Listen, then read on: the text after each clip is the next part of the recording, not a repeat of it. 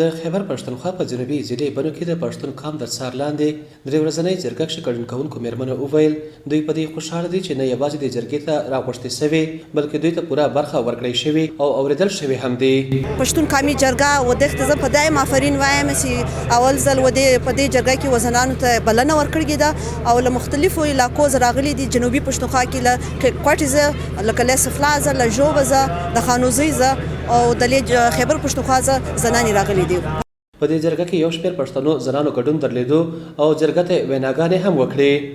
له بلوچستان څخه راغلې یوې پښتنې پیغلې پښتنه لوڼۍ وویل له دغې جرګې څخه ډېر څه زده کړل.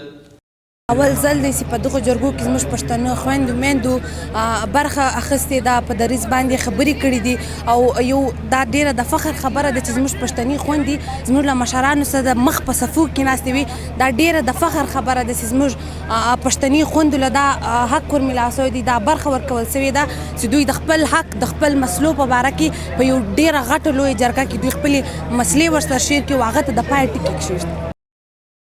جرګه ته راغلې د افغانستان فوزیه خانم وایي هغې هم د پښتنو قومي جرګې ته وینا وکړه. زیاته کړه باید د پښتون جرګه په پاکستان کې میشتو افغان کډوالو په زنانو هم خبرې وکړي.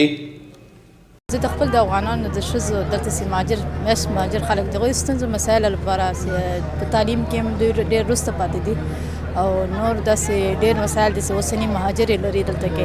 د هغوی په اواز اوچتول پر ضد دلته په دې غونډه کې مې شرکت کړی و. ماشاءالله هغه غونډه ډېره ضروري وه او ډېر امپارټنټ غونډه او ډېر ماشاءالله ښه مخته وړاندې لاړو او امید لرو چې په دې غونډه کې زموږ اواز زموږ د مهاجرو افغانستان اواز اوچت شي.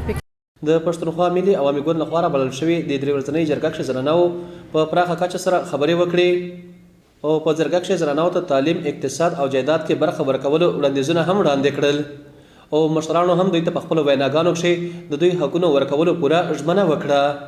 عدنان بیټنای، ډیوا، بنو.